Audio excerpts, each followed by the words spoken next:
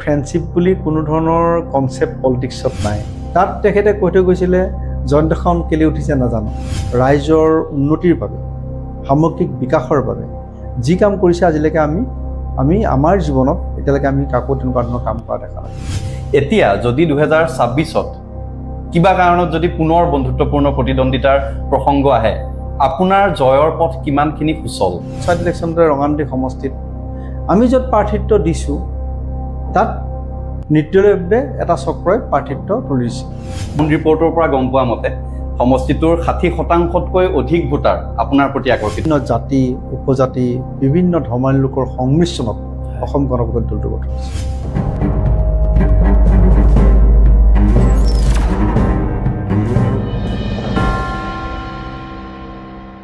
নমস্কাৰ, মই হিমাংশু নাথ। আপোনালোক সকলোকে পুনৰবাৰ স্বাগতম জনাইছোঁ NZ পডকাষ্টৰ আজিৰ বিশেষ খণ্ডটিলৈ।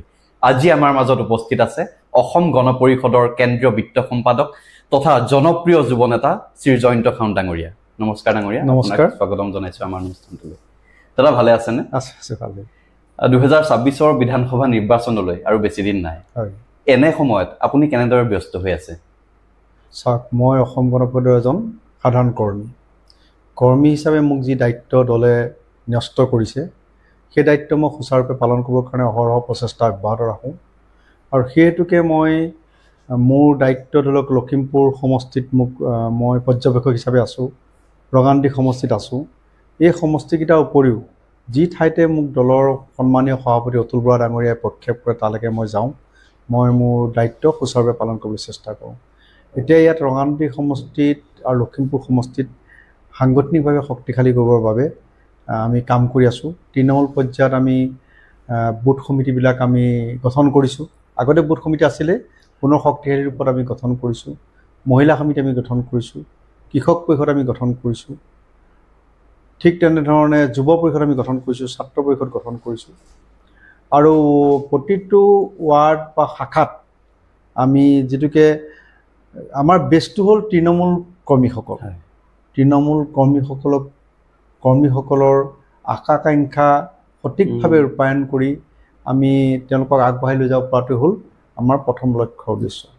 তৃণমূল পৰ্যায়ত আমি সেইকাৰণে তৃণমূল পৰ্যায়ৰ কৰ্মীসকলৰ লগত আমি যোগাযোগ কৰি তৃণমূল পৰ্যায়ত আমাৰ শাখা কমিটি আৰু ৱাৰ্ড কমিটি গঠন ক্ষেত্ৰত আমি মনোনিৱেশ কৰিছোঁ।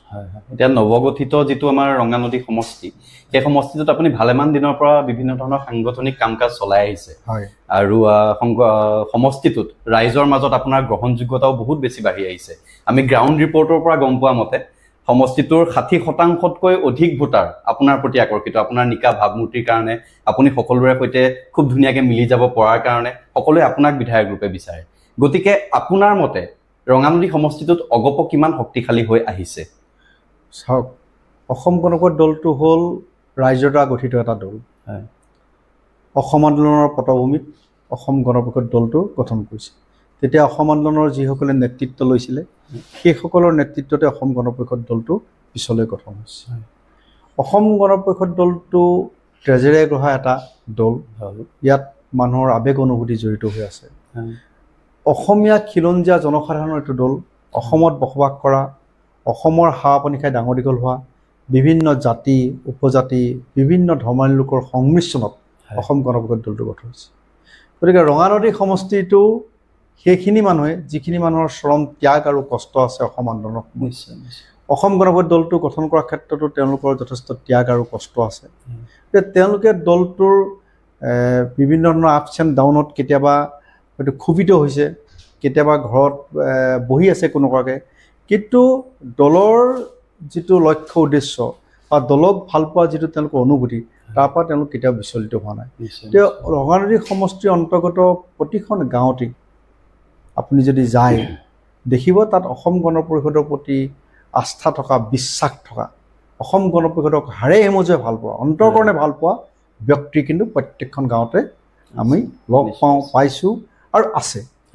সেইকাৰণে অসম গণ পৰিষদৰ প্ৰাসংগিকতাটো আজি জনসাধাৰণৰ গুৰিত আছে।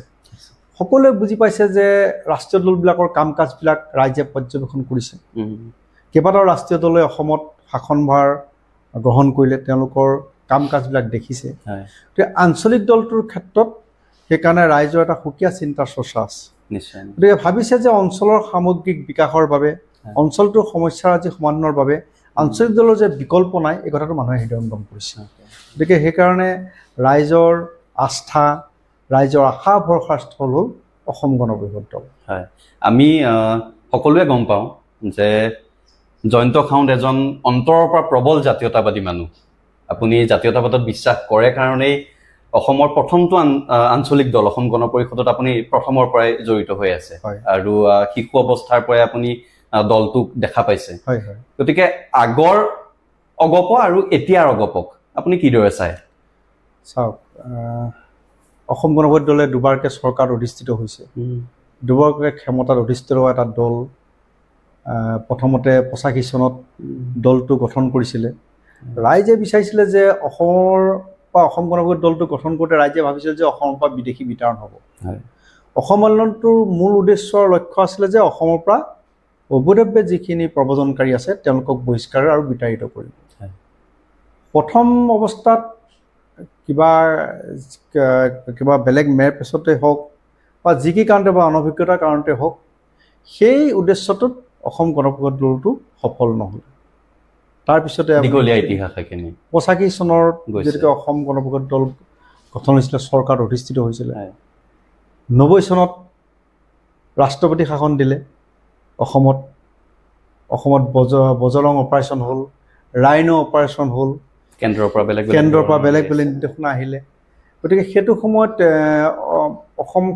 অসমত অসম গণ পৰিষদৰ চৰকাৰখন নাথাকিলে বিভিন্ন ধৰণৰ বিদ্ৰোহী সংগঠনে বিদ্ৰোহ কৰিবলৈ লাগিলে বিচ্ছিন্নতাবাদী শক্তিয়ে গাৰ কৰি উঠে মানুহবিলাকে ইয়াৰ জনসাধাৰণে বহুত কষ্ট স্বীকাৰ কৰিলে বহুত ত্যাগ কৰিলে আৰু ৰাইজৰ যি উদ্দেশ্য ৰাইজৰ যি আশা আছিলে যে অসম গণ পৰিষদ দলটোৱে বিদেশী বহিষ্কাৰ কৰিব পাৰিব সেই আশাত যেন ক'ৰবাত কিবা নোহোৱা যেন পালে সেইকাৰণে জনসাধাৰণে আকৌ কি কৰিলে কংগ্ৰেছক আকৌ শাসনত অধিষ্ঠিত কৰিলে অলপ কোনোবাখিনিত যেন বিশ্বাসঘাতকতা অনুভৱ কৰিলে বিশ্বাসঘাতকতা বুলি নকওঁ মই ক'লোৱে যে সেইটো সময়ত আমোলাতন্ত্ৰৰ কাৰণেই হওক বা নজনাৰ দুখতেই হওক নাজানি কাৰণ প্ৰথম ক্ষমতাত পাইছে অনভিজ্ঞতাৰ দুখতে হওক কিবা কাৰণত ৰাইজৰ আশা আকাংক্ষাখিনি পূৰণ কৰাৰ ক্ষেত্ৰত অসম গণ পৰিষদ যেন অকণমান কিছু ক্ষেত্ৰত পিছ পৰিল সেই কথাটো মানুহে হৃদয়ংগম কৰিলে এতিয়া 96ত আপোনালোকে জানে যে অসমত এটা সাংঘাতিক পৰিৱেশৰ সূচনা কৰিলে কোনে কৰিলে সেইটো জানো কোনোবা নিশ্চয় তৃতীয় চক্ৰই কৰিলে অসম গণ পৰিষদ দলটোক মষিমূৰ কৰিবৰ কাৰণে হয়তো কোনোবা তৃতীয় চক্ৰৰ হয়তো হাত থাকিব পাৰে বাহিৰা তৃতীয় চক্ৰ সেইটো সময়ত কি কৰিলে ইয়াত গুপ্তঘাতকৰ নিচিনা কাম অসমত হ'ল এটা কলা অধ্যায়ৰ সূচনা হ'ল চৰকাৰখন আছিলে অসম গণ পৰিষদ সেইকাৰণে ৰাইজে ভাবিলে যে এইখিনি অসম ৰাইজেতো নাজানে সাধাৰণ ৰাইজে ভাবিলে যে এইটো অসম গণ পৰিষদে যেন কৰিছে তেনেকুৱা কিন্তু আমি জানো যে অসম গণ পৰিষদ দলে সেইখিনি কাম কৰা নাই এইটো নিশ্চয় তৃতীয় চক্ৰই এটাই কৰিলে কাৰোবাৰ হেঁচাত পৰি ৰাজনৈতিকভাৱে অসম গণ পৰিষদ দলটোক মষিমূৰ কৰিবৰ কাৰণে এটা কলা অধ্যায়ৰ ইয়াত সূচনা কৰিলে যাৰ ফলত ৰাইজেও সেইবাৰ সিদ্ধান্ত ল'লে আৰু 2001 চনত কংগ্ৰেছৰ শাসন ইয়াত অধিষ্ঠিত হ'ল কংগ্ৰেছৰ শাসন 2001 চনত হ'ল ৰাইজে ভাবিলে যে বিকল্প হিচাপে কংগ্ৰেছ আহিলে তেতিয়া ভাবিলে কংগ্ৰেছৰ পৰা কিবা কিবি ৰাইজে সা সুবিধা পাব কিন্তু কংগ্ৰেছে দুৰ্নীতি আৰু ভ্ৰষ্টাচাৰত লিপ্ত হ'ল ক্ষমতাৰ বিকেন্দ্ৰীকৰণৰ নামত গাঁৱে ভূঞে কেৱল দুৰ্নীতি আৰু ভ্ৰষ্টাচাৰ 2016 চনত ৰাইজে বিকল্প হিচাপে মিত্ৰ দলৰ অসম গণ পৰিষদৰ ভাৰতীয় জনতা পাৰ্টীৰ নেতৃত্বত মিত্ৰ দলৰ চৰকাৰখনৰ বিচাৰিছিলে বাৰু অগপৰ বিষয়ে সততে মানে ধৰক ৰাইজৰ কিছুমান আক্ষেপ বা অলপ অভিযোগো শুনা যায় যে এনেধৰণে বহুতে কয় যে অগপ দলটোত এতিয়াও কেৱল পুৰণি নেতাৰে দপদপনি চলি আছে বা কেশৱ মহন্ত অতুল বৰাই নিজৰ খুশিমতে মতালিমতে বহুতখিনি কাম কৰি থাকে আপোনাৰ প্ৰতিক্ৰিয়া কি হ'ব এই সন্দৰ্ভত সেইটো এটা ভুল ধাৰণা এইটো হয়তো 85 চনৰ চাওক মানুহখিনি মানে পুৰণিৰ অভিজ্ঞতা আৰু নতুনৰ উদ্যম সাহস আৰু একাগ্ৰতা এইখিনিলৈ আমি কাম কৰি যাব লাগিব পুৰণি বাদ দিটো নতুন নহয় গতিকে পুৰণি নতুন বুলি দলটোত একো নাই আমাৰ অসম গণ পৰিষদ দলটো হ'ল এটা গণতান্ত্ৰিক দল ইয়াত চবৰে স্বাধীনতা আছে সকলোখিনিয়ে একগোট হৈ কাম কৰে আৰু যেতিয়াৰ পৰা অসম গণ পৰিষদ দলত সন্মানীয় সভাপতি অতুল বৰা ডাঙৰীয়াৰ সভাপতি হ'ল আৰু কেশৱ মহন্ত ডাঙৰীয়াৰ কাৰ্যবাহী সভাপতি হ'ল, দলটোৱে নতুন ৰূপ পাইছে, নতুনকৈ প্ৰাণ পাই উঠিছে আৰু দলৰ দুৱাৰ খিৰিকী নতুনৰ বাবে খোলা ৰাখিছে। আৰু এতিয়া আপুনি চাব যে অসমৰ বিভিন্ন প্ৰান্তত অসম গণ পৰিষদৰ সদস্যাৰ সংখ্যা বহুত বৃদ্ধি পাইছে আৰু দলটোৱে নতুনকৈ প্ৰাণ পাই উঠিছে। সেই যিটো বিচ্যুতি ঘটিছিলে, যিটো আপছ এণ্ড ডাউন হৈছিলে, সেইটো পৰা এতিয়া আঁতৰি দলে এতিয়া নতুনকৈ প্ৰাণ পাই উঠিছে। আৰু এতিয়া মিত্ৰ দলত আমাৰ দুগৰাকী মন্ত্ৰীও আছে। আমাৰ সন্মানীয় সভাপতি মহোদয়েও এই মিত্ৰ দলৰ চৰকাৰখনৰ অংশীদাৰ আৰু কাৰ্যবাহী সভাপতি কেশৱ মহন্ত ডাঙৰীয়াও এই মিত্ৰ দলৰ চৰকাৰখনৰ অংশীদাৰ। আৰু আমাৰ বহুতো যুৱ নেতাই বিভিন্ন বিভাগত চেয়াৰমেন, ভাইচ চেয়াৰমেন পাইছে। গতিকে সুসংগঠিত ৰূপত দলটো আগবাঢ়িছে। আৰু মই ক'লোৱেই যে দলটোৱে মাননীয় সভাপতি অতুল বৰা ডাঙৰীয়াৰ নেতৃত্বত আৰু কেশৱ মহন্ত ডাঙৰীয়াৰ নেতৃত্বত সুসংগঠিত ৰূপত নতুনকৈ প্ৰাণ পাই কাম কৰি আছে। আপুনি মিত্ৰতাৰ কথা ক'লেই যিহেতু আমি জানিব বিচাৰিম যে বন্ধুত্বপূৰ্ণ প্ৰতিদ্বন্দ্বিতাত আপুনি বিশ্বাস কৰেনে? আচলতে ফ্ৰেণ্ডশ্বিপ বুলি কোনো ধৰণৰ কনচেপ্ট পলিটিক্সত নাই, থাকিব নালাগে, কেতিয়াও নাথাকে। এইটো প্ৰতিদ্বন্দ্বিতা আৰু গতিকে প্ৰতিদ্বন্দ্বিতাত নিশ্চয় এজন যেতিয়া নামাকৰণ কৰা ভাল অপনেণ্ট থাকিব, সেইটো নাই। এইটো ৰঙানদী সমষ্টিতে হৈছিলে। নাওবৈচা সমষ্টি যেতিয়া আছিলে, ৰঙানদী নহয়, নাওবৈচা সমষ্টি যেতিয়া আছিলে, তেতিয়া 2016 চনত মোক বন্ধুত্বপূৰ্ণ হিচাপে দিছিলে। সেইকাৰণে এজন ভাৰতীয় জনতা পাৰ্টীৰ তেওঁ ঢুকালে, ৰাও গজেন্দ্ৰ সিঙকো প্ৰাৰ্থিত্ব দিছিলে। আৰু যেতিয়া কেম্পেইনিং চলিছিলে ইয়াত, আমাৰ অসম গণ পৰিষদ দলৰ আমাৰ নেতাসকলে মোৰ হৈ কেম্পেইনিং ইয়াত কৰিছিলে আৰু ভাৰতীয় জনতা পাৰ্টীৰ নেতাসকলে তেওঁৰ হৈ কেম্পেইনিং কৰিছিলে। তেতিয়া আমাৰ যিজনৰ কথাৰ ওপৰত অসমৰ ৰাইজে বিশ্বাস কৰে, যাৰ ওপৰত অত্যাধিক বিশ্বাস কৰে, বৰ্তমানৰ মুখ্যমন্ত্ৰী, তেতিয়া তেখেত বিত্তমন্ত্ৰী আছিলে, মাননীয় হিমন্ত বিশ্ব শৰ্মা ডাঙৰীয়াও ইয়াত সভাত ৰাও গজেন্দ্ৰ সিঙৰ হৈ কেম্পেইনিং কৰিবলৈ আহিছিলে। হাৰমতিতে এখন মিটিং কৰিছিলে, লালুক হাৰমতিত। তাত তেখেতে কৈ থৈ গৈছিলে, জয়ন্তখন কেলি উঠিছে নাজানো। তেওঁ মানুহৰ মাজত এটা তেনেকুৱা ধৰণৰ এটা বক্তব্য ৰাখি থৈ গৈছিলে, য'ত মানুহবিলাক সন্ধিয়ান হৈ গৈছিলে, কনফিউজ হৈ গৈছিলে। এতিয়া তাৰ ফলত সেইবাৰ মই পৰাজয় বৰণ কৰিলোঁ, ৰাও গজেন্দ্ৰ সিঙো পৰাজয় বৰণ কৰিলে। তাৰ ফলত তাত বেলেগ মানুহ জিকিলে, বেলেগ জয়ী হ'ল। গতিকে মই ভাবোঁ যে তেনেকুৱা বন্ধুত্বপূৰ্ণ প্ৰতিদ্বন্দ্বিতাই আচল যিটো উদ্দেশ্য, আচল যিটো লক্ষ্য, এজন মানুহক জিকোৱাৰ ক্ষেত্ৰত অৰিহণা নোযোগায়, যোগাত্মক নহয়, সেইটো নিগেটিভ ৰিজাল্টহে পোৱা যায়। তাৰপিছত 2021 চনত মোক মিত্ৰ দলে মোক প্ৰাৰ্থিত্ব দিলে। এইবাৰ আকৌ মোক দিলে প্ৰাৰ্থিত্ব ভাৰতীয় জনতা পাৰ্টীয়ে অসম গণ পৰিষদৰ আৰু গণশক্তিৰ মই মিত্ৰ দলৰ প্ৰাৰ্থী হ'লোঁ। সেইবাৰ আকৌ এটা চক্ৰই এই ৰাও গজেন্দ্ৰ সিঙকে আকৌ ইণ্ডিপেণ্ডেণ্টকৈ ইয়াত উঠাই দিলে। সেইটো এটা বেলেগ কাহিনী। সেইবাৰ মোৰ লগত ভাৰতীয় জনতা পাৰ্টীৰ কৰ্মকৰ্তাসকলে মিত্ৰতাৰে বান্ধোন খাই মোক সহায় কৰিব লাগিছিলে, কিন্তু কি কাৰণত নাজানো, কি অজানিত কাৰণত নাজানো, তেওঁলোকে মোক সহায় কৰাৰ ঠাইত ৰাও গজেন্দ্ৰ সিঙক তেওঁলোকে সহায় কৰিলে। আৰু তাৰ ফলত হঠাতে ঢকুৱাখানাৰ পৰা আহি পেলাই ইয়াত অৱতীৰ্ণ হোৱা ভৰতনৰহ ডাঙৰীয়া আপা জয়যুক্ত হৈ গুচি গ'ল, কংগ্ৰেছ প্ৰাৰ্থীজন জয় হ'ল। সেইবাৰো যিটো উদ্দেশ্য আছিলে মিত্ৰ দলৰ এজন প্ৰাৰ্থীক জয়যুক্ত কৰা, সেইটোতো বিফল হ'ল। তো সেইকাৰণে মই কওঁ যে বন্ধুত্বপূৰ্ণ হওক বা এনেকুৱা ধৰণৰ কাম কাজ কৰিলে তাৰ সুবিধাটো বেলেগ ৰাজনৈতিক দলেহে লয়। যিটো উদ্দেশ্যত ধৰি লওক আমি মিত্ৰতাৰে আগবাঢ়িম, আমাৰ কোনো তাত বেনিফিট নহয়। মই যে মিত্ৰতাটো হ'লে অন্তৰৰ পৰা হ'ব লাগিব, মিত্ৰতাৰ মুখেৰে কোৱা কথা নহয়। সেই বহু ক্ষেত্ৰত দেখা যায় যে মিত্ৰতাটো মই ক'ব নলগীয়া কথা যদিও কৈছোঁ, মিত্ৰতা আমি অন্তৰকৰণে ভাবোঁ, অন্তৰৰ পৰা আমি মিত্ৰতা বিচাৰোঁ। বন্ধু মানে বন্ধু, সেইটো আমি অন্তৰৰ পৰা বিচাৰোঁ। কিন্তু কিছু কিছু ক্ষেত্ৰত কিছুমান মানুহৰ কৰ্মৰাজি এনেকুৱা দেখায় যেন মিত্ৰতাটো মুখেৰেহে কৈছোঁ, তাত কোনো যেন আত্মীয়তা নাই, এনেকুৱা ধৰণৰ দেখা যায়। এইবাৰ এতিয়া পঞ্চায়ত ইলেকশ্যনতে আমি দেখিছোঁ, পঞ্চায়ত ইলেকশ্যনতে ৰঙানদী সমষ্টিত আমি য'ত প্ৰাৰ্থিত্ব দিছোঁ, তাত নিৰ্দলীয়ভাৱে এটা চক্ৰই প্ৰাৰ্থিত্ব তুলিছে। যিকেইজনে নিৰ্দলীয়ভাৱে উঠিছে তেওঁলোক কিন্তু ভাৰতীয় জনতা পাৰ্টীৰ সদস্য, অৰ্থাৎ আমাৰ সদস্যজনক হৰুৱাবৰ কাৰণে তেওঁলোকে তাত প্ৰাৰ্থিত্ব দিছে, এইটো পৰিলক্ষিত হৈছে।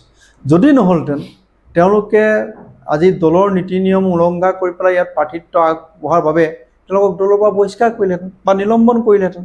সেইটো নাই কৰা। তেওঁলোকক পাকে প্ৰকান্তৰে সহায় সাৰথি কৰিছে আৰু তেওঁলোকক জিকি যোৱাৰ ব্যৱস্থাটো কৰিছে, অথচ আমাক মিত্ৰ দলত আমাকো প্ৰাৰ্থিত্ব ইয়াত দিছে। সেইটো কাউন্সিলৰ আৰু জিলা পৰিষদৰ ক্ষেত্ৰত দেখা গৈছে। গতিকে তেনেকুৱা ধৰণৰ মিত্ৰতাই ক্ষতিটো কাৰ কৰিব? মিত্ৰ দলটোৰ কৰিব।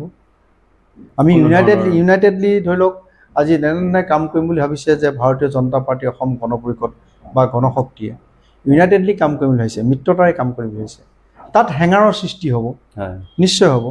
এতিয়া মই কাৰোবাক ভাল পাওঁ বুলি অন্তৰকৰণে ভাল পালে নহ'ব না, তেওঁতো মোক ভাল পাব লাগিব, নিশ্চয় তেওঁ ভাল পাব লাগিব। গতিকে পাৰস্পৰিক যিটো মিত্ৰতা সেইটো প্ৰকৃতাৰ্থত কিমান দূৰ আছে এই কথাটো মোৰ কিন্তু সন্দেহ। সেইটো অকল মোৰ ৰঙানদী সমষ্টিটোত যিটোকে মই আছিলোঁ, মই প্ৰত্যক্ষভাৱে জড়িত আছিলোঁ, ইয়াত যিটো বস্তু মই উপলব্ধি কৰিছোঁ সেইটোৱে কৈছোঁ। আৰু দলৰ নেতৃত্বই মিত্ৰতা মানে মিত্ৰতা বুলিয়ে ভাবে।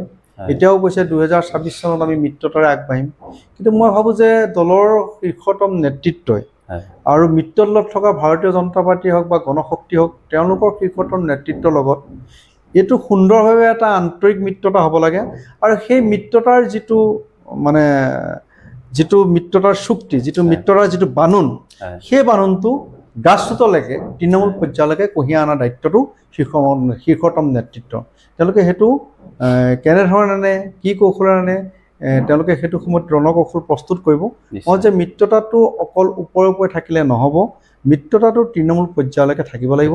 তেতিয়াহে প্ৰকৃতাৰ্থত মিত্ৰতা হ'ব, তেতিয়াহে প্ৰকৃতাৰ্থত মিত্ৰ দলে চিন্তা চৰ্চাই আগবঢ়া দলটোৱে বা প্ৰাৰ্থীগৰাকীয়ে জয়লাভ কৰিব পাৰিব, নিশ্চয়। অন্যথা কিন্তু নহ'ব। এতিয়া মিত্ৰতাৰ কথা ওলাই আছে যিহেতু, মই আপোনাৰ পৰা জানিব বিচাৰিম যে ৰাষ্ট্ৰীয় দলৰ সৈতে মিত্ৰজোঁটত একেলগ হোৱাৰ পিছত আপুনি ভাবেনে যে অসম গণ পৰিষদ দলটোৱে যিটো নিজৰ আঞ্চলিকতাবাদী ভাৱধাৰা সেইটো অক্ষুণ্ণ ৰখাত সক্ষম হৈছে এতিয়ালৈকে? নিশ্চয়। শুনক, প্ৰত্যেকটো ৰাজনৈতিক দলৰ নিজৰ এইম এণ্ড অবজেকশ্যন থাকে। যেনেকৈ আজি মিত্ৰ দলত থকা ভাৰতীয় জনতা পাৰ্টী ৰাষ্ট্ৰীয় দল, তেওঁলোকৰ নিজস্ব এইম এণ্ড অবজেকশ্যন আছে। তেওঁলোকৰ এটা ৰাজনৈতিক দল, ৰাষ্ট্ৰীয় দল। আৰু অসম গণ পৰিষদ দলো আঞ্চলিক দল, অসম গণ পৰিষদ দলৰ এইম এণ্ড অবজেকশ্যন আছে। অসম গণ পৰিষদ দলটোৱে নিজৰ এইম এণ্ড অবজেকশ্যনৰ পৰা কেতিয়াও বিচ্যুতি হোৱা নাই। ঠিক তেনেদৰে ৰাষ্ট্ৰীয় দলো নহয়। গতিকে আমি আমাৰ কাম কাজবিলাক আমাৰ আঞ্চলিক দলটোৰ লক্ষ্য উদ্দেশ্য আগত ৰাখি পেলাই আমি আগবাঢ়িম, আৰু ৰাষ্ট্ৰীয় দলটোৱে তেওঁলোকৰ লক্ষ্য উদ্দেশ্য লৈ পেলাই আগবাঢ়িব। তাত কিবা এটা আমাৰ মতানৈক্য হ'ব পাৰে। তেওঁলোকৰ যিটোকে এটা বেলেগ ৰাস্তা, তেওঁলোকৰ দিশটো ৰাষ্ট্ৰীয়তাবাদ, আমাৰ দিশটো হ'ল আঞ্চলিকতাবাদ। ৰাষ্ট্ৰীয়তাবাদ আৰু আঞ্চলিকতাবাদৰ মাজত তেনেকুৱা ধৰণৰ কিবা এটা আমাৰ ভাৱৰ কিবা এটা হ'ব পাৰে। কিন্তু হ'লেও আঞ্চলিকতাবাদৰ যোগেদিয়েতো আমি ৰাষ্ট্ৰীয়তাবাদটো প্ৰতিষ্ঠা কৰিব লাগিব, নালাগিব জানো? সেই ধৰণৰ ভাৱধাৰাৰে সৈতে সেই ধৰণৰ প্ৰগতিশীল চিন্তা চৰ্চাৰে অসম গণ পৰিষদ দলটো এতিয়া আগবাঢ়িবলৈ চেষ্টা কৰিছে। প্ৰগতিশীল চিন্তা চৰ্চাৰে আঞ্চলিকতাবাদটো প্ৰতিষ্ঠা কৰিবৰ কাৰণে চেষ্টা কৰিছে। গতিকে আঞ্চলিক ভাৱধাৰা চিন্তা চৰ্চাৰে গৈ আমি ৰাষ্ট্ৰীয়তাবাদটো আজি মই অসমখনক ভাল পোৱা ভাৰতবৰ্ষখনক ভাল নোপোৱাটোতো বুজাই নেকি? যে ভাৰতবৰ্ষ আমাৰ ৰাষ্ট্ৰ, গতিকে অসমখনক ভাল পোৱা ভাৰতবৰ্ষক ভাল পাওঁ, অসমৰ আঞ্চলিকতাবাদক ভাল পোৱা ভাৰতৰ ৰাষ্ট্ৰীয়তাবাদক আমি সমৰ্থন কৰোঁ। কথাটো মই তেনেধৰণে ভাবোঁ। আপুনি সেইধৰণে চিন্তা কৰিলে সেইধৰণে ভাবিব। অ'কে, আপুনি অলপ আগতে নিজে আমাৰ ওলাল প্ৰসংগত যে 2016 চনৰ নাওবৈচা সমষ্টি সেই সময়ৰ নিৰ্বাচনৰ প্ৰসংগটো, য'ত বন্ধুত্বপূৰ্ণ প্ৰতিদ্বন্দ্বিতাৰ ফলতে আপুনি একধৰণে পৰাস্ত হ'বলগীয়া হৈছিল বা তেনেকুৱা ধৰণৰ এক দুৰ্ভাগ্যজনক ঘটনা ঘটিছিল। এতিয়া যদি 2026ত কিবা কাৰণত যদি পুনৰ বন্ধুত্বপূৰ্ণ প্ৰতিদ্বন্দ্বিতাৰ প্ৰসংগ আহে, আপোনাৰ জয়ৰ পথ কিমানখিনি সুচল? নাই, শুনক, মই যিটোকে প্ৰত্যক্ষভাৱে ৰাইজৰ লগত কাম কৰি আছোঁ, ৰাইজে কি বিচাৰে, ৰাইজৰ আৱেগ অনুভূতিটোক শ্ৰদ্ধা জনাব লাগিব আমাৰ দলৰ নেতৃত্বই। কাৰণ তৃণমূল পৰ্যায়ৰ কৰ্মীসকলে কি বিচাৰে? কাৰণ তৃণমূল পৰ্যায়ৰ কৰ্মীসকলেই হ'ল দলটোৰ চালিকা শক্তি। তৃণমূল পৰ্যায়ৰ কৰ্মীসকলৰ আৱেগ অনুভূতিক আমাৰ দলৰ শীৰ্ষ নেতৃত্বই নিশ্চয় শ্ৰদ্ধা জনাব, কথা শুনিব তেখেতসকলৰ। আৰু তাৰ কাৰণে দলটোৰ এজন কৰ্মী হিচাপে আমি কাম কৰিব লাগিব। মইতো আৰু দলৰ টিকট বিচাৰিলেই নহ'ব। এইখিনিতে কথা এটা সংযোজন কৰিব বিচাৰিম। কংগ্ৰেছ দলে ৰঙানদী সমষ্টিত এবাৰ ভূপেন বৰাক টিকট দিয়াৰ এটা খবৰ ওলাই আছে হয় মই এনে সংযোজন কৰিলোঁ প্লিজ আগবাঢ়ক হয় একো নাই কংগ্ৰেছ দলৰ কাৰোবাক প্ৰাৰ্থিত্ব দিব নিশ্চয় বা আমাৰ মিত্ৰ দলে কাৰোবাক প্ৰাৰ্থিত্ব দিব সেইটো থাকিবই তাৰ প্ৰতিনিধিত্ব থাকিবই ৰাইজে এতিয়া কি বিচাৰে উন্নতি বিচাৰে ৰাইজে প্ৰগতি বিচাৰে ৰাইজে বিকাশ বিচাৰে ৰাইজে এতিয়া কি পাইছে আপোনালোকে নিশ্চয় আজি গ্ৰাম্য অঞ্চলত গ'লে বা প্ৰতিঘৰ মানুহৰ যদি অন্তৰ ভাৱ বুজ লয় তেতিয়াহ'লে মিত্ৰ দলৰ চৰকাৰখনে ৰাইজৰ উন্নতিৰ বাবে সামগ্ৰিক বিকাশৰ বাবে যি কাম কৰিছে আজিলৈকে আমি আমাৰ জীৱনত এতিয়ালৈকে আমি কাকো তেনেকুৱা ধৰণৰ কাম কৰা দেখা নাই গতিকে ৰাইজে নিশ্চয় মিত্ৰ দলৰ পক্ষতে থাকিব ৰাইজে বিকাশৰ লগত থাকিব উন্নতিৰ লগত থাকিব ৰাইজ প্ৰগতিৰ লগত থাকিব ৰাইজে দুৰ্নীতি ভ্ৰষ্টাচাৰৰ লগত নাথাকে গতিকে ৰাইজে কাম বিচাৰে কাম কোনে কৰিছে আজি মাননীয় মুখ্যমন্ত্ৰী অসমৰ মাননীয় মুখ্যমন্ত্ৰী হিমন্ত বিশ্ব শৰ্মাৰ নেতৃত্বত